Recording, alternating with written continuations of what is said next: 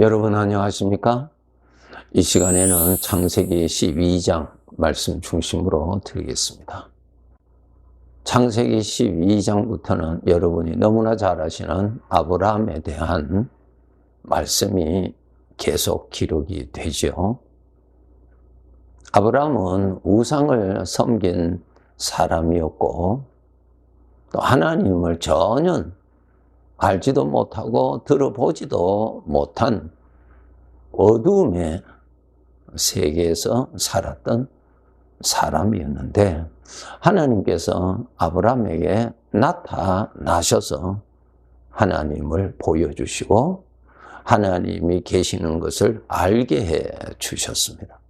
그리고 하나님을 믿는 믿음을 받아서 하나님을 믿고 하나님을 모시고 하나님을 섬기는 사람으로 그렇게 복을 받은 사람입니다.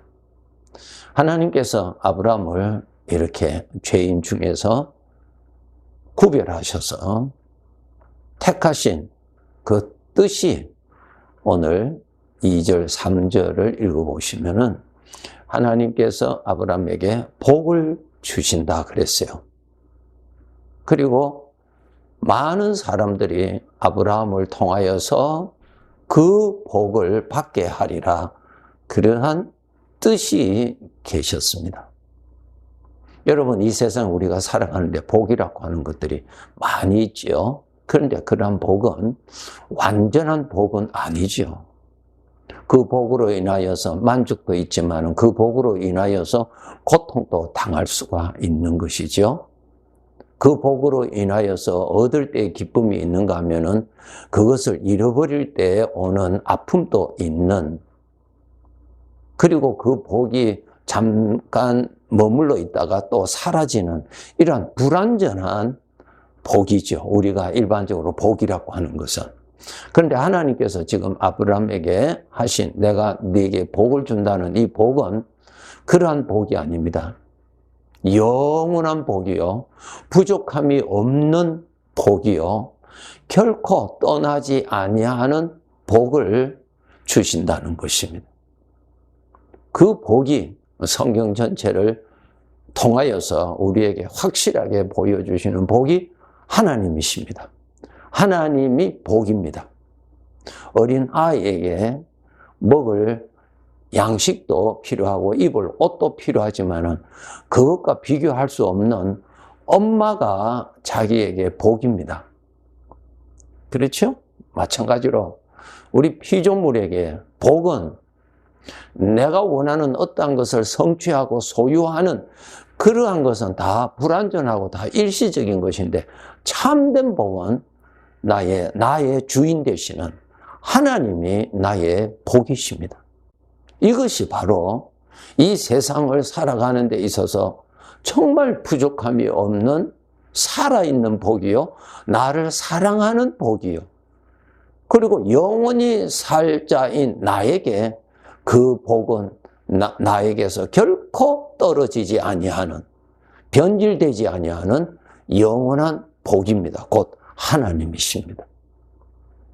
그래서 하나님께서 아브라함에게 내가 네게 복을 준다. 하나님을 주시는 것입니다. 그것이 무엇입니까? 하나님을 알게 하시고 하나님을 믿게 하시고 하나님을 섬기게 하고 하나님을 의지하게 하고 하나님의 인도를 받을 줄 알고 하나님의 사랑을 받을 줄 알고 또한 아브라함이 그 하나님을 사랑하고 그 하나님을 경외하고 하나님을 사랑하는 것이 자기의 기쁨이요, 영광이요, 소망이 되는 참된 복이 되는 것입니다. 우리 성도들도 꼭 알아야 됩니다. 아브라함에게 주신 복을 우리들도 이 복을 받았잖아요. 같은 복을 받았잖아요. 하나님을 받았잖아요. 여러분, 내가 이 세상을 떠날 때가 언젠가는 오지요? 이 세상은 나그네 길이니까. 나그네 길이라는 것은 이곳에 내가 영원히 정착할 곳이 아니다는 것이죠. 지금 지나가는 과정입니다. 이 나그네 길을 마감할 때 우리가 일반적으로 복이라고 하는 이 세상의 것은 그 시점으로 끝납니다. 다 없어집니다. 아무것도 없어집니다. 내가 복이라고 하였던 거, 내가 즐기고 내가 자랑하였던 거 다 없어집니다. 참된 복은 하나님이십니다. 하나님께서 말씀하셨죠. 내가 너를 사랑한다고. 내가 너와 함께 하리라고. 내가 너의 인도자라고. 내가 너의 구원자라고. 내가 너의 양식이라고. 하나님이 복이세요. 그런데 우리 신앙이 어린 사람은 하나님께 구하여서 내가 원하는 복을 받기를 원합니다. 잘못된 것이죠? 어린 아이의 수준입니다, 여러분. 영원한 복은 나를 사랑하시는 그분이 나의 복이죠. 내가 원하는 세상의 것이 그것이 나를 사랑합니까? 내가 좋아하는 것이죠. 그것이 나를 좋아하는 거 아니잖아요. 정말 나에게 필요한 것은 나를 사랑하고 나를 책임져 주시는 분이 있어야 이것이 진정 나의 복이죠.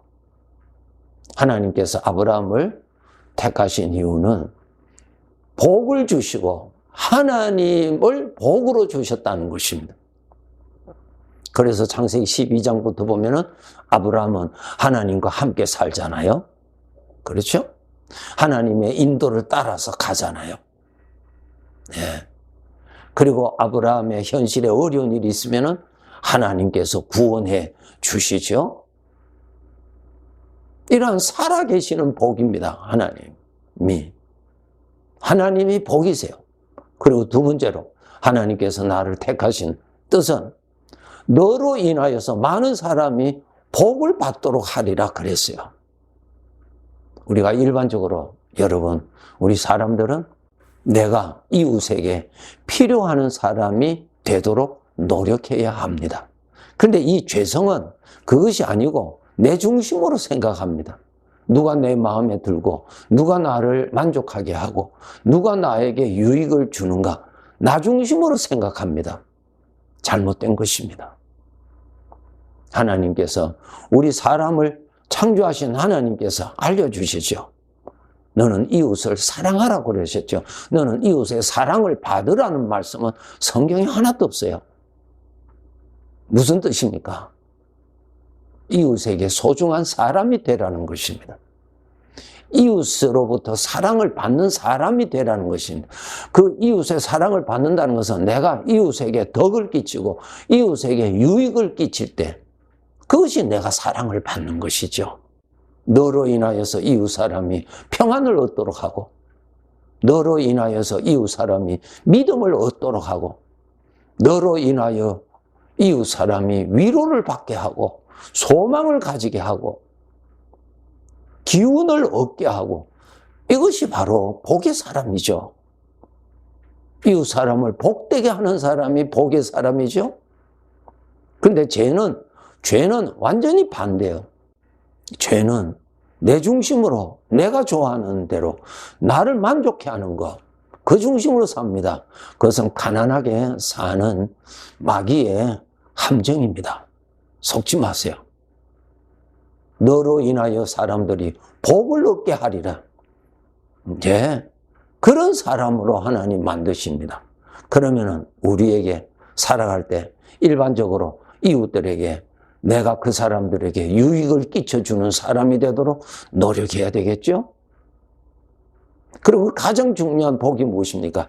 하나님을 저들이 얻을 수 있도록 나로 인하여서 이웃이 믿음을 얻고 나로 인하여서 이웃이 하나님을 알게 되고 나로 인하여서 이웃이 예수님을 믿어 구원을 얻게 하고 나로 인하여서 환난 중에서 시험 중에서 어려움에 있을 때에 저들이 하나님 앞에 믿음으로 굳게 설 수 있도록 도와주는 사람, 복의 사람이죠. 나를 통하여서 그 사람이 복이 되시는 하나님을 받게 하는 그러한 사람이 되게 하는데 뜻이 있다고 말씀하셨습니다. 여러분, 이런 사람으로 우리가 살아야 되겠죠? 그런데 안타깝게도 사람을 통하여서 사망의 것을 받고 죄악된 것을 받고 그 사람의 말로 인해서 분노가 충돌되고 시기심이 일어나고 미움이 일어나게 하고 시험에 빠지게 하고 이것은 복의 통로가 아니라 저주의 통로가 되는 것입니다. 그런 사람이 되어서는 절대로 안 되지요.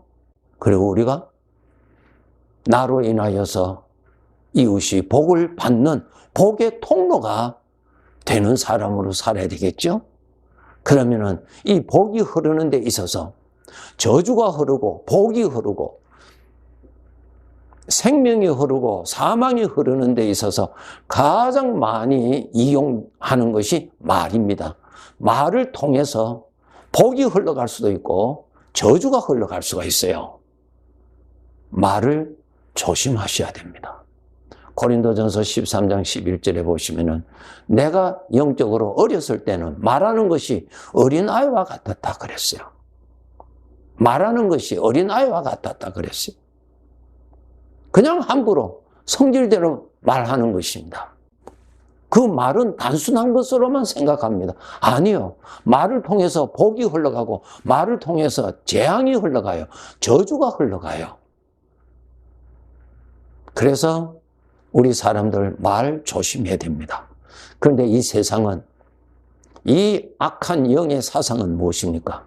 내 속에 답답한 거 어떤 분노가 있으면은 그것을 참지 말고 다 말하라 그럽니다.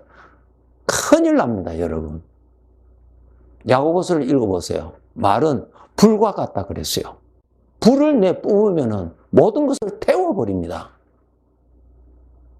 인생의 바퀴를 태워버려서 인생을 불행케 되는 것입니다. 함부로 내뱉으면 되겠습니까? 안 돼요.